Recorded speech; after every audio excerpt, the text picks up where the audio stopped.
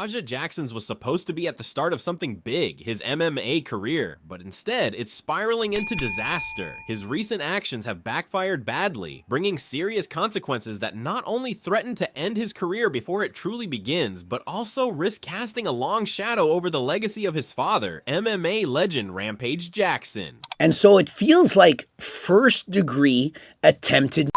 I mean, planned, premeditated. It's a very, very clear attempted by a dumb animal. I know I said dumb animal over and over again. There will be attempted charges for this incident. He committed a crime. That was attempted. What Raja did has finally caught up to him as TMZ Sports confirms the rising fighter has been taken into custody in Los Angeles on a felony aggravated assault charge tied to last month's attack on Sicko Stu. Booked Thursday afternoon and currently held on a $50,000 bond, the arrest threatens to derail his career before it even gets off the ground. Tell ya. TMZ Sport reports that Raja Jackson has finally been arrested following the assault of Sicko Stu, as we just mentioned there last month. The arrest took place in the early hours of yesterday morning, Thursday morning, was a booking on a felony charge of aggravated assault.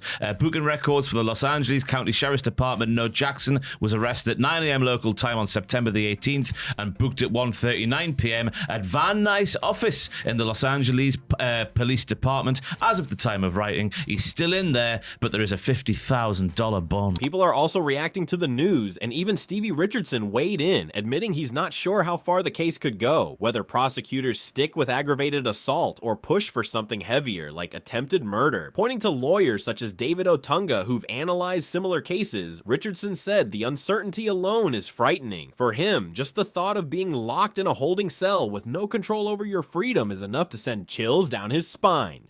Do you think it's going to be an assault charge? Do you think it's going to be an attempt charge?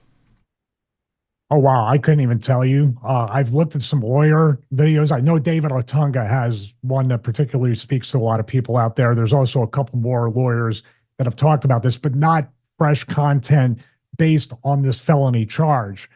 I don't know how far they'll go with it. Is it aggravated assault at the very least? That supposedly is a felony charge, I believe. I've never gotten into trouble. I'm one of the few wrestlers that is not familiar with getting charged. As a matter of fact, just at the mere mention that someone is in a holding cell or someone has their freedom taken away, that terrifies me. You know, to know that like you're just in this cell and you don't know what's going to happen or how long you're going to be there. Richardson put it bluntly, saying it felt like one of those Cops episodes where everyone ends up in handcuffs, joking that Sicko Stu might have been arrested just for not defending himself. But the real question he raised was why it took more than a month for Raja Jackson's arrest to happen. What new statements, evidence, or green light from officials finally tipped the scales? For Richardson, that delay is just as telling as the charge itself. I mean, I think I watched enough episodes of Cops to kind of know that we're kind of arresting everybody. We're taking everybody. Obviously, Stu, you're not going to put the cuffs on him, but we kind of joked that might have been the case, that he might be arrested for not being able to defend himself. And we said that in a joking way, but this is California. This is Los Angeles. The victim usually is the one that gets arrested. So with that being said, why was it a month? What was the information over 30 days that the police or even the state police, we don't even know who kind of made this arrest. Obviously, he's in a local jail, but who said, yes, we have grounds, arrest him. 30 days. What information and what did you need to see, hear, or take a statement from? Who did you need to take a statement from to finally put it over the top to say, yes, we should James Romero added that the case is almost open and shut, with hours of Raja Jackson's own livestream capturing his plans, his hatred for pro wrestling, and even his talk about wanting to take down a wrestler for real. He noted that this kind of self-incrimination is exactly what makes an attorney's job nearly impossible, comparing it to the trend of criminals documenting their own crimes. With all that footage in hand, Romero said the real mystery isn't the evidence, and it's why it still took a full month before the arrest finally happened. Video footage, Raja live streamed on his own Kick channel once again. It would seemingly be the most damning of evidence for the police to work with, including all the premeditation and planning and what he's planning to do and how he hates pro wrestling and he's always wanted to mess up a pro wrestler and all this kind of thing. It was all captured. And also his apparent knowledge of the difference between real and fake was also made mention of on his own live stream. So, you know, whatever attorney he gets is going to have a heck of a time trying to argue his way out of that one. The new trend of, once again, idiots, criminals filming their crimes is, once again, should make the LAPD's job incredibly easy. So that it makes it even weirder that it took an entire month for Raja Jackson to be arrested. He also pointed back to Rampage Jackson's now infamous tweet, where the MMA legend joked he was saving for college tuition for 2 sons and bail money for the third. With Raja now sitting on a $50,000 bond, Romero said that line has come full circle. On Ariel Helwani's show, Rampage suggested his son might get by with a little time or some community service, but Romero pushed back, saying this situation is far too serious for something as light as painting fences or reading to the elderly. Raja needs to face real consequences. Rampage Jackson, Raja's father, in a now infamous tweet, said that he was saving college tuition up for 2 of his sons and then bail money for his third. Well, there's the bail money. That's $50,000 you'll need, unless you only need 10%, or however it works. I don't know.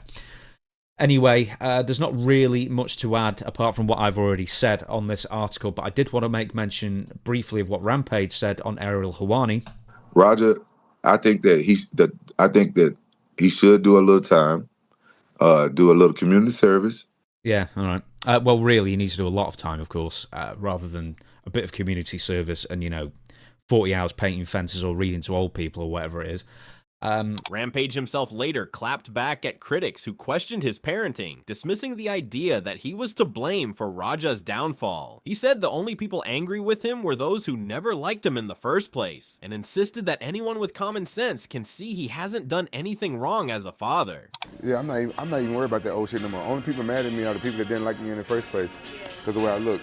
And only people with common sense know that I ain't did shit wrong. I ain't do a goddamn thing. To recap, Raja Jackson is behind bars because he launched a brutal attack on Seiko Stu, an assault so vicious it nearly killed him, all over a simple misunderstanding that Stu had already apologized for.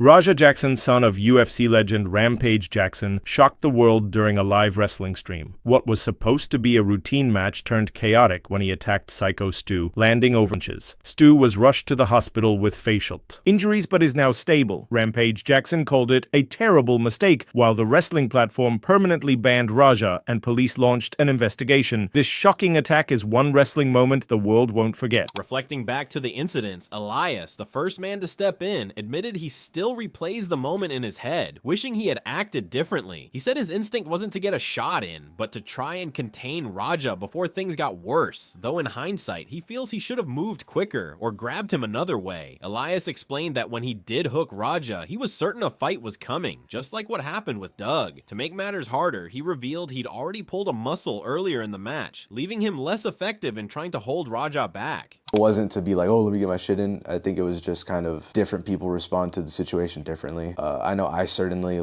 responded in a way that I'm not fucking proud of. Why is that? Well, I mean, mostly, even though I know it's not the right thing to do, I probably look at myself like I should have gone in sooner. I should have maybe tried to grab him a different way from the start, shit like that. I feel like you started to try to grab him pretty fast. But what was going on through your head when you were trying to grab him? Do you think he would have tried to start swinging on you like he tried to fight Doug? 100%. When I hooked him, and I had been saying this, that I don't like bringing it up because it feels like a cop-out or an excuse, but I had hurt this arm fairly early into the match. I got given a move and I ended up pulling a muscle right here, and I was like, he recalled being frozen at first, unsure if what he was seeing was still part of the show, until one brutal shot snapped Psycho Stu's head back and blood sprayed. That's when he knew Raja wasn't working a match. He was unloading for real. Elias tried to grab him despite his injured arm, but couldn't get a solid hold as Raja kept swinging. Hooking in with his other arm, he braced for the worst, convinced Raja would turn his fists on him next, just like he had with Doug. In that moment, Elias said, he was certain his own safety was on the line and felt fortunate Doug was there to help. Weird. Then I start seeing the hits come, and I'm still frozen. I'm like, is this still part? I'm like, is this still part of the match? What the fuck is happening? When I realized something was wrong was when I saw a hit Stu. Stu's head jolted this way, and I saw blood shoot out. and I was like, oh fuck, he's beating the shit out of Stu. So I got in and I tried to grab him with this arm, and he was just fucking going. So I was like, I can't fucking grip him with this arm. So I was like, all right. And I hooked under with this arm on him to try and pull him. And yeah, like when I fully believe he would have started hitting on me the way he tried to shoot on Doug, because when he started turning around, I was already like, fuck, I need to get my hands up or this dude's gonna fucking kill me right now. And I felt lucky that Doug was able to. Lawyers are also providing with the knowledge of what this could mean for Raja, and attorney Ugo Lord stresses that while pro wrestling is scripted and performers accept the risk of injury, Raja Jackson completely broke that pact. On his own stream, Raja openly said he was going off script and then proved it by knocking Psycho Stu unconscious and unloading more than 20 unanswered shots that shattered bones and knocked out teeth. Lord explained that no wrestler signs up for that kind of assault, and with the can shot incident happening hours earlier, Raja can't hide behind a self-defense claim. In his view, this wasn't performance, it was battery fueled by revenge. Lawyer's reaction.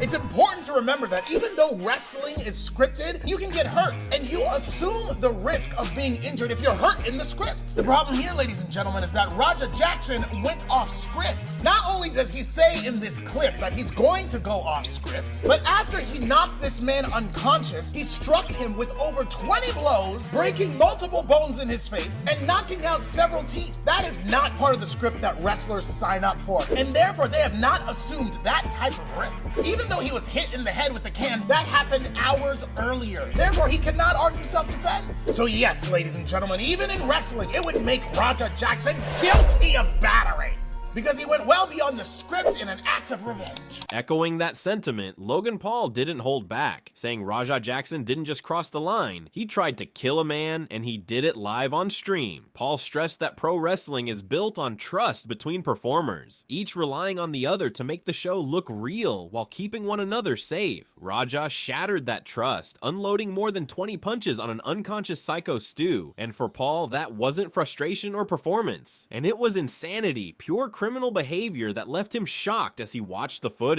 Tried to kill a man. Yep. He tried to kill a man, and it was live streamed on his Kick channel.